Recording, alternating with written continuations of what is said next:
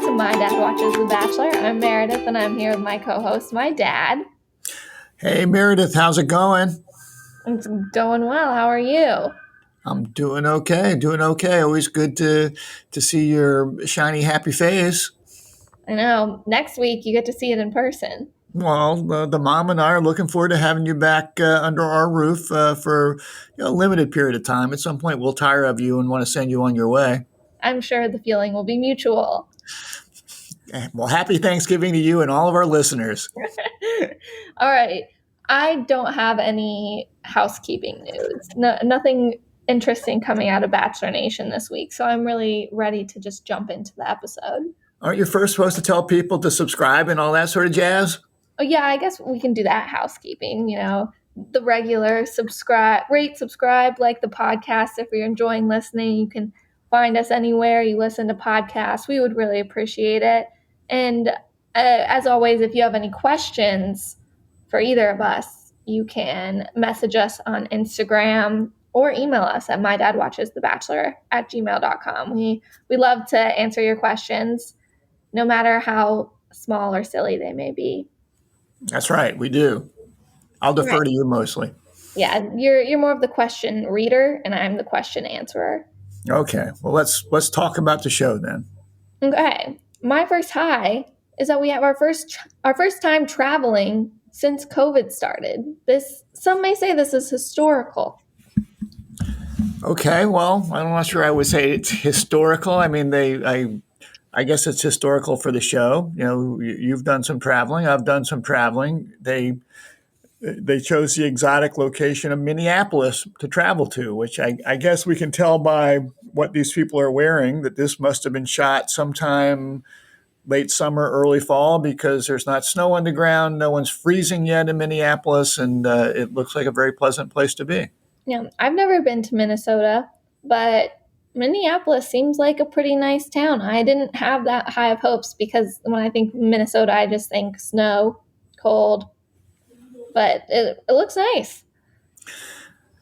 I think it's. I've been there for business a couple of times, so I don't really know the town, but it's very nice, and they've got a lot of ways that you can get around indoors once we get to the winter, because the weather is pretty tough there. So I think Minneapolis is definitely putting its best face forward.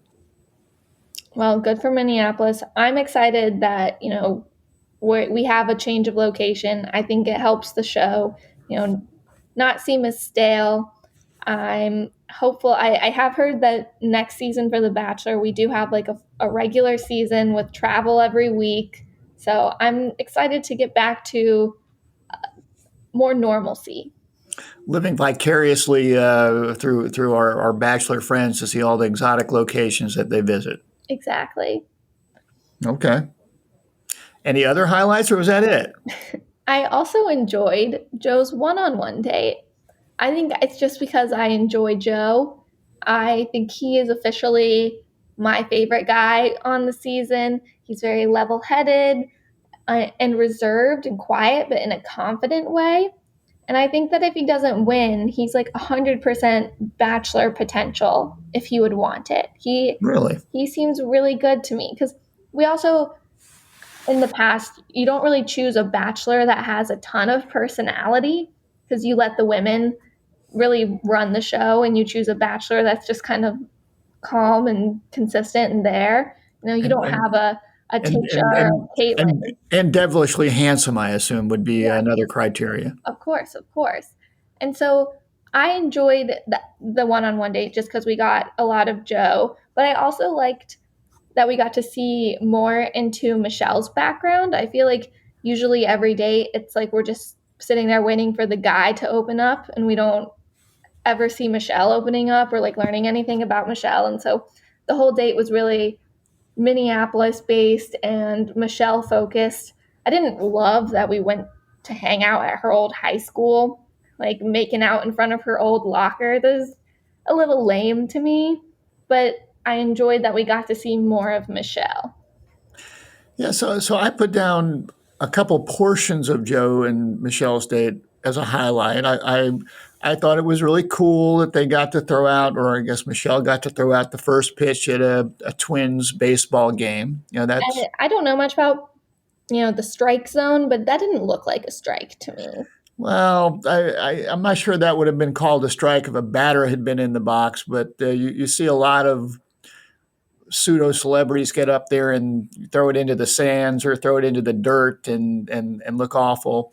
Obviously, Michelle and Joe are pretty athletic people based on their background, so yeah, it might not have been right over the plate, but it was close enough for her to get the Joe kiss out of it. And I enjoyed Michelle, sort of looking like she was kicking his butt at basketball, even though she really didn't have her basketball clothes on. Looks like she wears tennis shoes about everywhere because she's ready to play. But that was fun. But I wasn't so crazy about the high school piece of it either. I I did like that we got to see a little bit deeper into Joe. He let his walls down a little bit with Michelle to talk about his feelings. We saw him cry, which I wasn't really expecting. He apparently broke a metatarsal in his foot, had to get surgery. Surgery didn't go too well. It ended up having to get more surgery, and he just never could really recover and had to quit basketball. And so, even though they were just crying about basketball, it was good to see them bond on a deep level. Like you can tell that they're very in sync with one another. Yeah, I would be interested in your analysis someday of like the ratio of crying to receiving roses because I'm betting it's about 99%. Particularly if the guy can cry, he's getting a rose. Yeah, I think it depends on how close to the edge you are of getting sent home. I don't think that Chris crying last night would have saved him. I think you're right about that. He's the one percenter. Yeah, I do worry. Like they seem like too perfect of a couple for this early in the show, so I'm worried that they're gonna last the whole way. Well, I also have some thoughts on this, but they're not showing up in my highlight column, so we'll move along. Okay. My last highlight is really embracing the Vikings of the Minnesota Vikings. I thought it was amusing watching the guys, have to like do their battle cries and arm wrestle. And I liked that Chris went from being the horse's ass to wearing the horse's ass. Yeah, I enjoyed that. I one of my highlights I put down Olu messing with Chris and saying that there was a reason that he was wearing the donkey suit, or I'm not sure exactly what he said, but basically saying there's a reason that you're the horse's ass or wearing the horse's ass. I'm not sure. Um, Chris could have sort of embraced that a little bit more and maybe had some fun with it and had a fighting chance, but he was pretty much whiny the whole episode about the situation where he had spoken out last week about concerns he had about some of the guys, and didn't seem to understand why Michelle wasn't more appreciative of his concerns. But I liked Olu messing with him and the fact that he had that on. I had as highlights. I also put down in the rose ceremony, or I guess leading up to the rose ceremony, I guess the cocktail party, really, the way Michelle was sort of proactive and with some of the guys, where she provided. She gave out a birthday cake to Brandon, and she was like taking Rick out of the building down the street where a pianist was playing, and she took Rodney to the rooftop. I mean, usually at these cocktail parties, it's her sitting on a couch or the lead sitting on a couch, and the guys just coming in, and that it just sort of seemed like she was more engaged than I'm used to seeing these people. I think she's excited to be back home in Yeah, Minneapolis. She's ready for it. You could tell that she feels like more comfortable, and I think it definitely comes across. yeah. Well, anyway, I found that interesting and very unusual. I don't know. It just seemed different than a lot of things, and just she just does a better job of hosting people than I'm accustomed to in these shows. Mhm. Well, I have a new group date idea that I'd like to throw out there since we know that, like ABC and the Bachelor producers listen to our podcast and take our advice. I think from now on, every Bachelorette season, wherever the lead is from, we should go to those football stadiums and do like some type of date like this one, but whatever mascot it is, you just embrace that. You go, if you're from Atlanta, we're all going to dress like Falcons and we're going to like eat some mice or something. You're the Panthers, you can figure something out there. The Buccaneers, you can go pillage a village or something. Like, I really think this is a good idea. We might have to tweak it a little, but we could have some fun with it. You just have to, everyone has to channel the mascot of the lead's hometown. Well, not every lead hometown has a football team, but I hear what you're saying. I like the concept. Any team or like the closest one. And I think we can make it fun the less human like these mascots are. Okay. Well, I would be down with that. I think that's a good idea, and I'm sure that the producers will be listening to this. Thank you. Thank you. Are we ready to go to lows? Let's. I have my biggest low of the season. I absolutely hate gross eating challenges. I hate them with a passion. When we were younger, we used to watch Survivor as a family, and I always hated the episode where they had to eat gross foods, and I still hate it today. I do not have the strongest stomach, and it just makes me feel uncomfortable watching it happen. Do they only do this with when it's the men that are the suitors, or do they make women eat awful things as well? I remember on Colton's season, they were traveling somewhere in Europe and like went to a market on a group date. They were just wandering around and were like trying some of the local cuisine. And Hannah Brown was really into trying all the different, not so much like gross foods as we saw last night, but like less normal foods than we're used to. So it's not just the men. But I just don't think I would thrive in that situation. I'm not sure how eating some gross chewy fish is going to prove that I'm interested in someone. Yeah, I didn't put that as a low light, but it's not my. Over my life, I've gone from being a picky eater to someone that will try most things, but some of the stuff that they were trying would have been hard to keep down. So I'm with you on that. Can you only imagine how your brother would do with that challenge? Well, it's also gross for Michelle because, Brandon tried to kiss her on the way out and she was just like, ugh, Brandon, you smell like fish. This is disgusting. Like, Yeah. It's not good for anyone. All right. What else do you have for a low?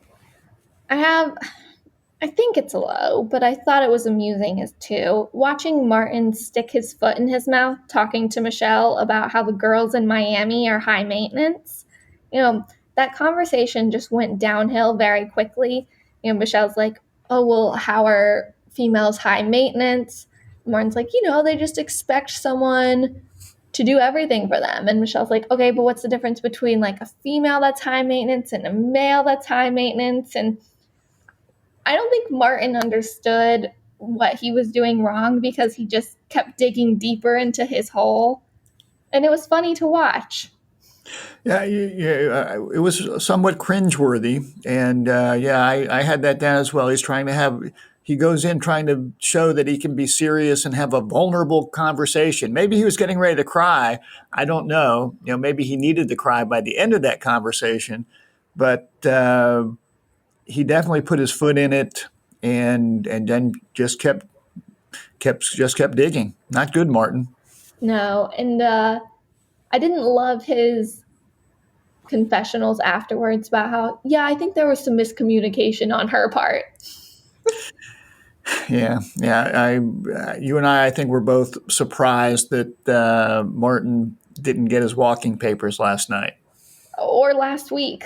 or last week. Okay. Yeah, I Well, he got a one-on-one date, didn't he? yeah, but it didn't go that well. He was defending Jamie while they were sitting in the hot tub, saying he was still a good guy.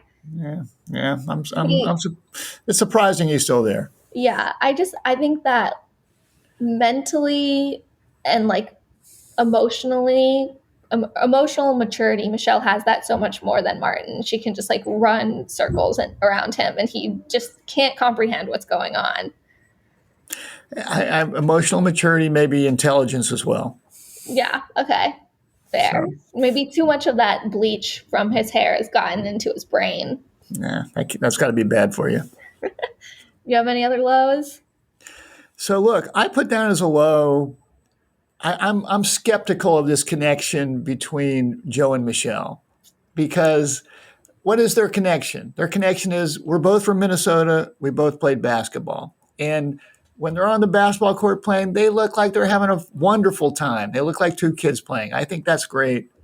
But other than that, what is their connection? Because to me, I wrote down Joe has no personality. He's the Bjorn Borg of the Bachelors. You might not know what that means, but he's sort of like a vampire. He's just sort of there. And in the real world, I appreciate reserved.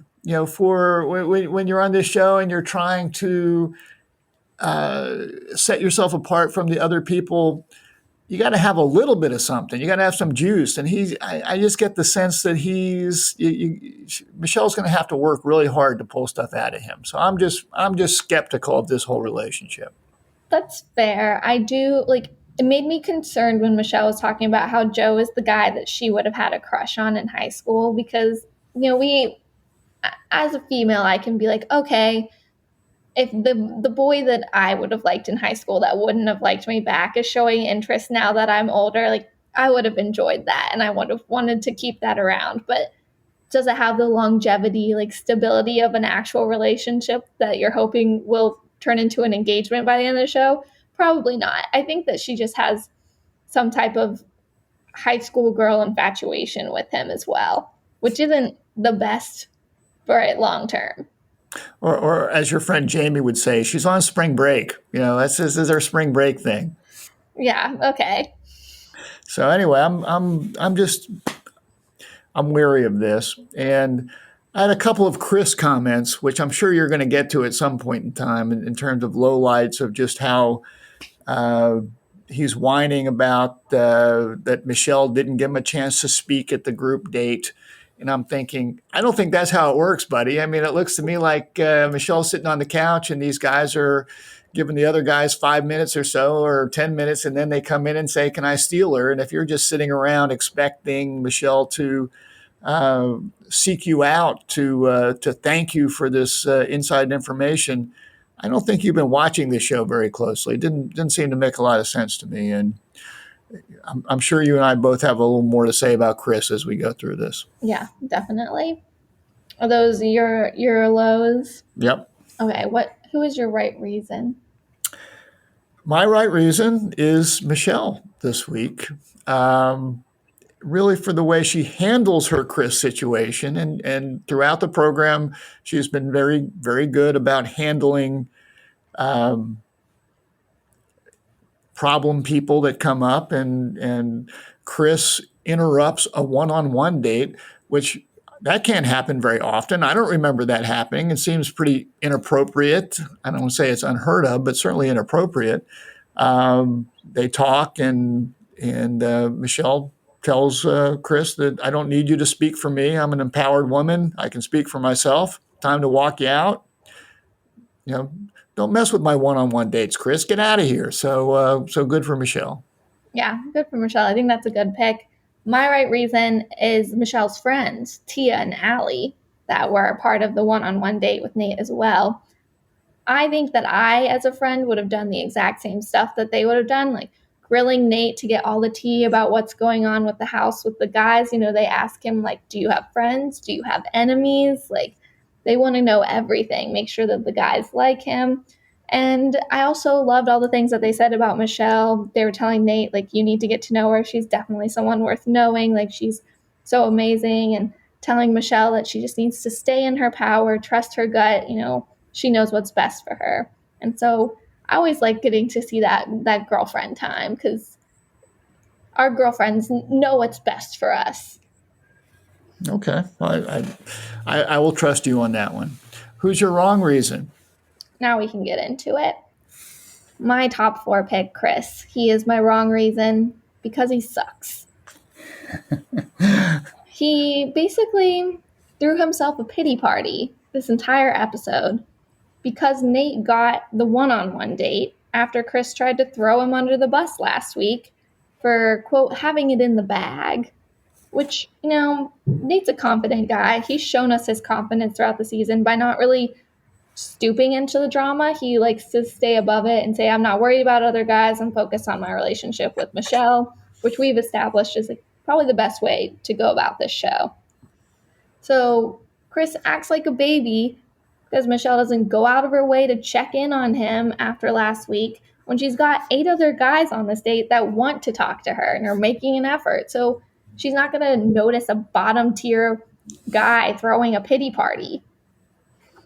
And crashing the one on one date, I just don't think that would have happened if it was anyone but Nate on the date. And of course, I'm asking the question of how does Chris know where this one-on-one date is? I assume our helpful Bachelor producers say, "Hey, wanted to take the drama quotient up a little bit. We'll show you where the one-on-one date is. Follow us, and we'll point you in the right direction." Oh, yeah. I'm sure the producers were loving this. They're like, yeah, definitely go talk to Michelle right now. I'm sure she would love that. She really cares about what you think and feel. Is there any chance that it was a producer idea? Where they say, "Hey, Chris, here's a thought. Maybe you should do this." Are they that Oh, yeah, devious? I'm sure. And there, you just have to be strong enough to be like, that's probably not a good idea for me to do. Yeah. Just curious I'm how not these things sure, work. like, Chris must have some type of delusion going on. It's very obvious to us that there's no connection between the two of them, but him thinking that, like, yeah, I can go crash this one on one date and it's going to end well for me. Obviously, she likes Nate more than Chris. I think that's apparent to anyone with eyeballs. But he had to know he was going home. He didn't seem that surprised. And actually, I thought Nate did a good job responding to the friends' questions and sort of addressing some of the Chris issues when they were all together. And and as I think we said last week, if you're trying to win this thing and you're confident that you've got a connection, I don't think that anything Nate said is out of line, and that it's not, if I'm going to get a one-on-one date, I'm going to get a one-on-one date. I think you have to. I think you must have that mentality. If you think you're going to be the winner here. Yeah, and I think it's impressive that he doesn't kind of brush it off or try and say, "Oh no, I didn't say anything," to make it seem like I had it in the back. Like he owns up to it, Yeah. and I think that's impressive. Well, for wrong reason, I also had Chris, and he just seems so obtuse and unaware of his situation. He seems to be living in this one reality over here where, Right. he's Yeah, he thinks this. he's the main character. He's the main character, and I've given this incredibly valuable information to Michelle that she's doesn't seem that appreciative to about.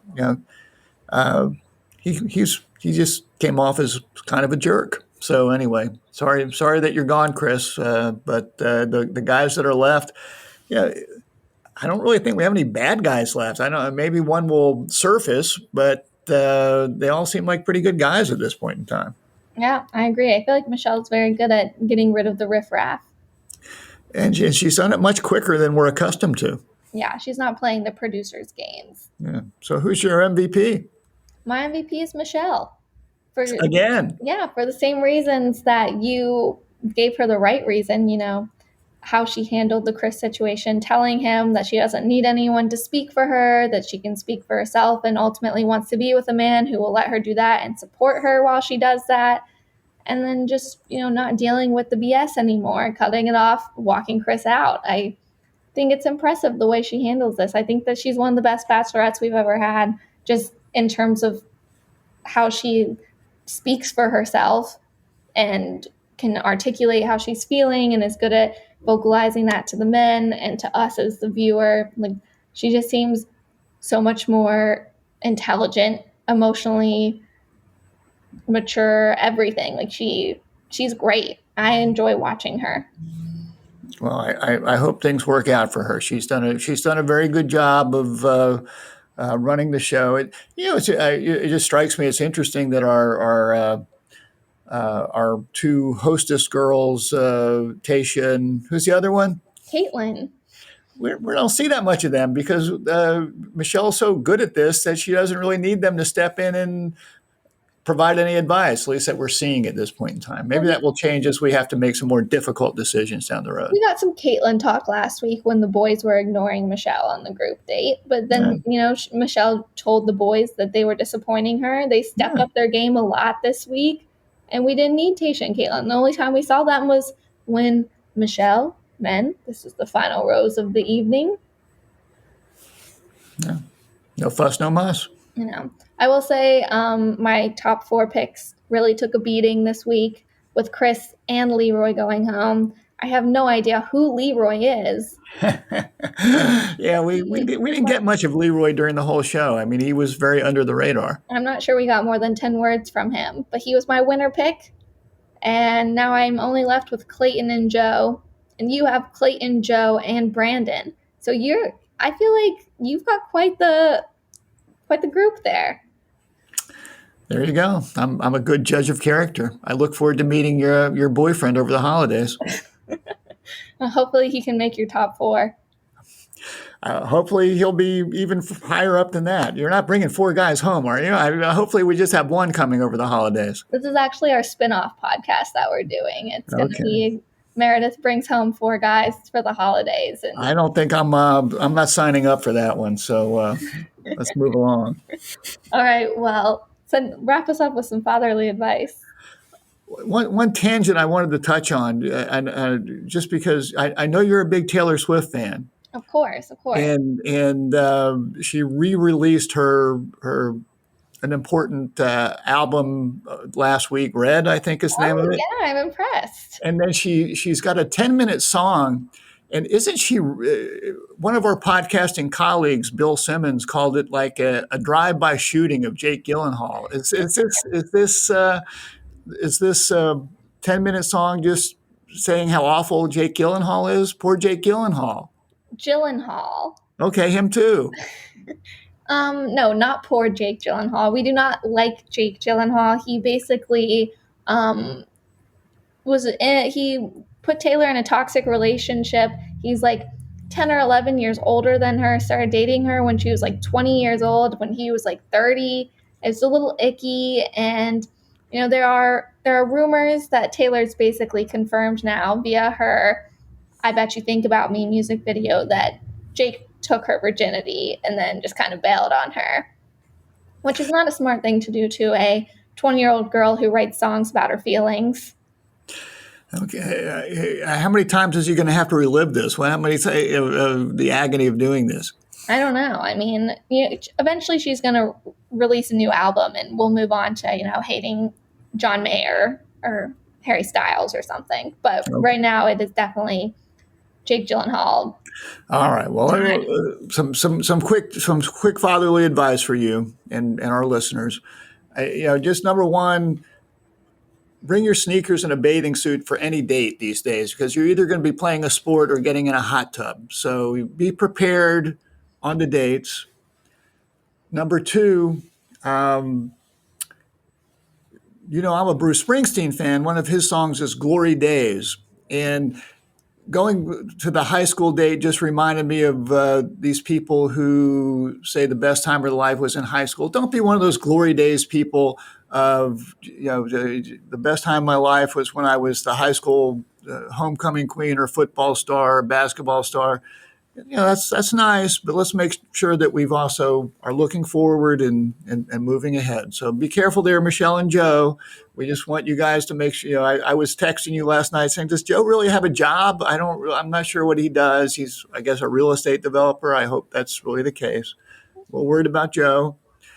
And finally, let's be careful about using that high maintenance card out there, fellas. That's something that's, you want to talk to your buddies about that. That's fine. Don't bring it up to your girl. You're just asking for trouble. So keep that high maintenance card in your pocket. Now that is some advice I can get behind. Okay.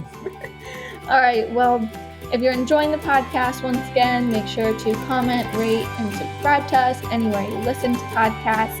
That's all we've got for this week. So join us next time to hear more about Michelle's season from the right reasons and my dad.